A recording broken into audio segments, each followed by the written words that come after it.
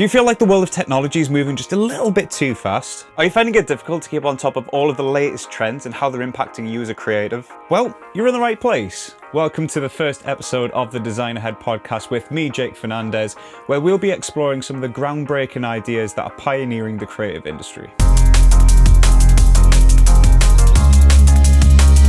So, welcome to the first episode of the Design Ahead podcast with me, Jake Fernandes. And this is something I've wanted to do for ages, having a video podcast combination where I just kind of share my thoughts, work with like-minded people and see where things go in areas that I'm really interested in and that I really hope that a lot of other people are interested in. So what I'd like this first episode to be is a bit of a split one between what I want this podcast to achieve ultimately and what I want you guys to take away from it.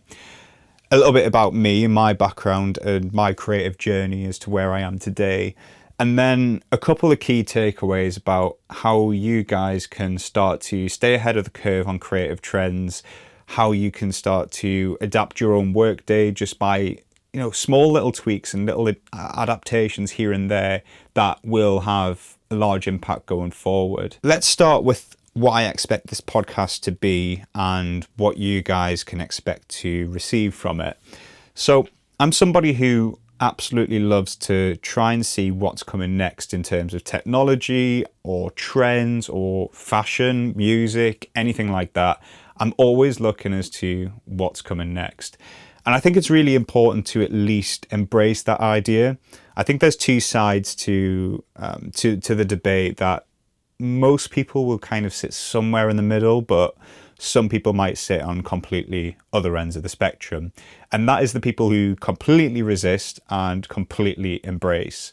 So I think it's important to kind of sit somewhere towards the embracing side. But again, that's my own personal opinion. I totally get why people resist, any changes with AI, where a lot of people are saying that AI is destroying the creative industry, although it's not something I really agree with. I do see where they're coming from because there is definitely a huge human element to it. But I think the danger is that some people who resist it too much run into the trap of maybe being left behind when things like AI really start to propel the technology space. New technologies like AR, VR, things like that as well. They're new products that we're going to have to adapt as designers and creatives to cater for because, the metaverse is probably inevitable at this point, and there's going to be a lot of people, if not most people, invested in some way in a metaverse. So if we're not designing for it and we're trying to be ignorant towards that, we're going to narrow our own workloads to what currently exists, and I think that's a big problem. However, on the other side, I think there are some people, and again, if this is your passion and you absolutely love it, it's something that I am passionate about, but something that I wouldn't spend 7 hours a day really invested in finding out what's happening in the AI space or the technology space. I will definitely go down rabbit holes and, especially when we're looking at AI, I love to kind of deep dive and see what's going on and start to kind of make the connections in my head of how something new that might be emerging will affect the work that I do or vice versa, and how I can adapt my methodologies to cater for a new product that might be coming onto the market. So I think it's really important to kind of sit on that side of things, but, as far as your interest goes is as far as you move into it. So what I want this podcast to be is on that side of the spectrum.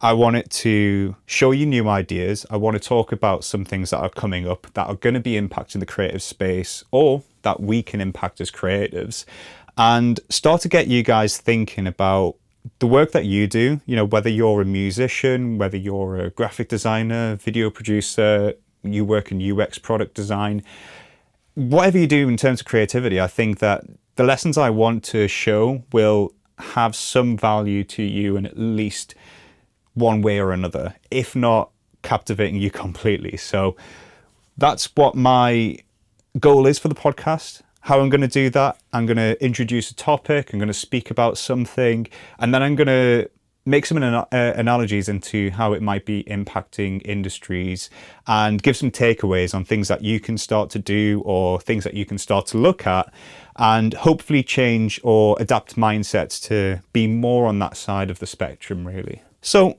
a little bit about me and my creative journey. I started creating YouTube videos back in 2009 when I was about 13, 14 years old.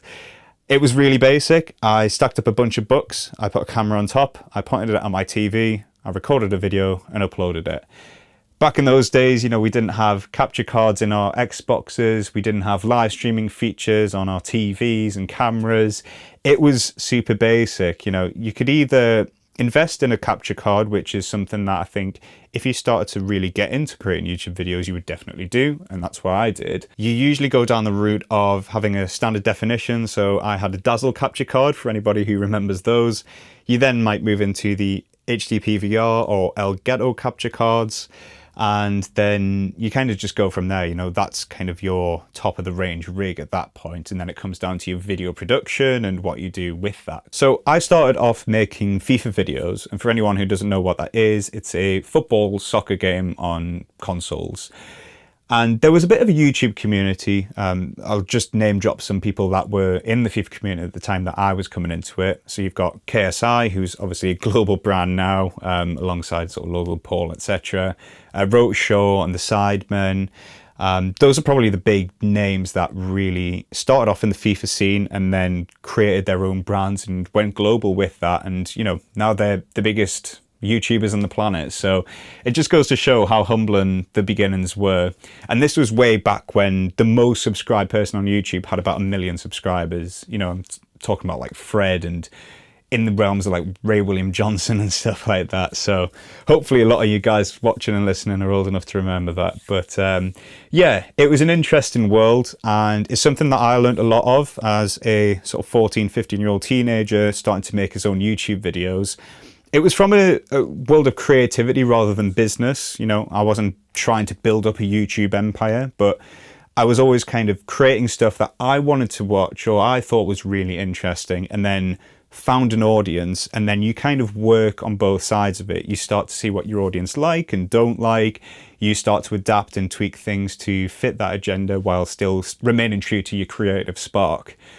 And what I noticed when I stopped making YouTube videos when I was about 17, 18 and heading towards university is some of the YouTubers I worked with and grew up alongside, like Roadshow, they found a method that really, really worked for them and started to propel them into like the stratosphere of YouTube. And that was pink slips for them. So it was wager matches with coins and expensive players.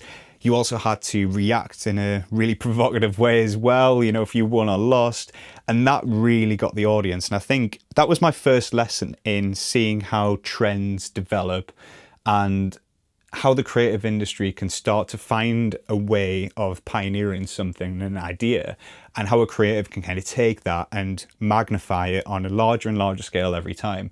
I think when you're looking at the YouTube scene right now, you see creators like Mr. Beast, who it's just grand, huge stuff, giving away millions of dollars in huge houses and giving away islands and things like that. And he's been able to, again, find a formula and a method that works. His video editing and production team is absolutely incredible as well. They've got the algorithm down to a T, and the rewards are clearly rep from that. He's got 200 million views on pretty much every single video, and he's constantly the #1 creator. So it's really interesting to see how he started to adapt to trends within his own industry, like YouTube algorithms and thumbnails, titling your videos correctly, getting the first 5 seconds to a minute of a video right. And that's how I started to see how the YouTube scene really relies on trends. You can either create them like some of these pioneers do, you can be the first to jump in on them when you see success, or you can be really late to the party and then find yourself kind of swallowed up by the surrounding of everybody else doing it. So that's why I think that was a really important lesson for me. I didn't succeed in YouTube in any ways, but I did see peers and I saw what they did well. And I learned from that to see this was a trend that they found was successful. They kept on that trend. They blew it up larger and larger every time, and they found success from it. Then when I went to university, I joined my first band, which was at the age of sort of 18, 19, and that was another creative industry for me to start exploring and seeing what I can do in it. So I was in a metalcore band from when I was like 19 to about 22 2-ish. And that band was really interesting for me because it was my first time obviously playing live music. It was my first time writing my own music as well. I was playing covers in my bedroom on my guitar before that. And again, it started to make me think about how do we create music that is really captivating, really unique, and is something that not many other people are doing. And again, I think it's the easiest thing to say, and it's the hardest thing to do and find, is that really unique sound that gets everybody together. But again, in the industry, I found bands like Bring Me the Horizon who were able to do it perfectly well and drove the industry in a certain direction following them. You guys don't know who Bring Me the Horizon is. They are a metalcore band originally from Sheffield, England, and they've now went down the sort of rock, pop, electronic, while still sort of remaining true to their metal roots. But they went from really humble beginnings. They got a really good core audience of people who absolutely loved them. They then started introducing like orchestral elements into their music in 2013. They then went down a more rocky arena rock path in 2015 and again just blew up everything whenever they released a new album. Then they went into sort of electronic music and bringing more heavy electronic elements into it. And that's where they are in the current day as well. They've got a lot of a new metal vibe from way back in 2000 to bands like Linkin Park, Limp Bizkit, but with an electronic new feel to it. And every time they've released a new album, every time that they've went in a new direction, so many other bands have done the same thing, because not have they, seen it as a successful thing, but it's damn good music and it really pioneers a new way of thinking and a new way of creativity and combining different elements that haven't really been done well enough before. So that was my second thing with music, and being able to see how the music industry adapts to new trends and creates new trends. And that brings me to the current day and my current work, which is in UX design / product design, I guess, depending on how you look at it. In general, user-centered, human-centered design, that's what I like to call it. And when I'm working at the moment, I'm constantly thinking about AI, I'm constantly thinking about AR, VR, metaverse, blockchain, influencers, NFTs, things like that, and how I can get a little bit more invested in those technologies within my space. They're all very new concepts and they're all very new technologies and ideas, which is why there's not a lot of chances for real world application at the minute. I always wanted to get my hands into a AI centered project, really, something that might be working with large language models that I can design interfaces for or design the user experience around. But it's very new, it's a very novel concept, and there's not a lot of work like that out at the moment. There's a lot of AI integration with things, of course, so you've got products that might be being developed with a AI influence of measuring metrics or connections with ChatGPT potentially and things like that, but there's nothing in terms of brand new innovative AI products that need a lot of designers for. That's going to change though very, very soon as we start to see how these models expand, how they become a lot more accessible to people, and how people start to create larger products based upon large language models like ChatGPT or Gemini, etc. So that's where I am today, and that's how I'm trying to start to figure out these technologies, these trends, and how they're going to start applying to me as a user-centered designer. So what I want to do today is share a few ideas in how you can start to make small tweaks to your workday and become more interested, invested, and aware of what's going on in terms of technology trends and things like that. They aren't crazy radical changes like sit down and subscribe to a newspaper that tells you all about it and read it every single day for 3 hours. Because personally for me, that just does not work. What I think is a lot better is to start involving it within the daily patterns that you have, or maybe just introduce something new. So starting off with my first one is tech news and an extension for Chrome called Panda. This is really, really fantastic because the way it works is every time you open a new tab, it will have a list of sort of 30 or 40 different blogs and articles and news sites, from TechCrunch to Hacker to awards, things like that. And again, you can kind of pick which one they default to, or you can flick through them yourself. And every time you open a new tab, you'll just have a headline of an article, and that might be really, really interesting to you, and you might want to click on it and follow it down and see what's being said. Or you might just take a couple of seconds just to kind of digest what's going on, and there you go. It's something so simple, and it's something so easy to start integrating into your day that it takes little to no effort. And if you are not interested in anything that's on there, that's absolutely fine. You could maybe change it to a different news outlet. You could maybe change it to something a bit more appropriate for what you're doing. You know, if you're getting a lot of podcasting or video production and you're a graphic designer that just doesn't do anything with video, then you can just change the news source to whatever you think is better for you. And it's just small things like that you can kind of click on, you can get invested and see if it's going to take you somewhere. The second is to follow subject matter experts. So if you're on X, Twitter, whatever you want to call it these days, Instagram, Facebook to a lesser extent, or for me, LinkedIn, then you can start to see who the subject matter experts are in the fields that are emerging as technology leaders, or potentially new innovations, new methodologies, anything that you think is going to be relevant to your industry. Start to see who the people are that are sharing information a lot, people who are talking about this a lot, even thought leaders as well. And just drop them a follow, drop them a connection. And then every time you load up social media, you'll probably see something that is going to be really interesting or relevant to your industry. So you can look up TED Talks within your industry. So if I went on to find TED Talks around UX, there's probably going to be a lot of people on there that are talking about interesting emerging topics within that scene. You can look at conferences, things like that, you know, key speakers, key people of influence that are talking within your subject matter about emerging technologies, emerging trends, new methodologies, and being sort of those forward thinkers.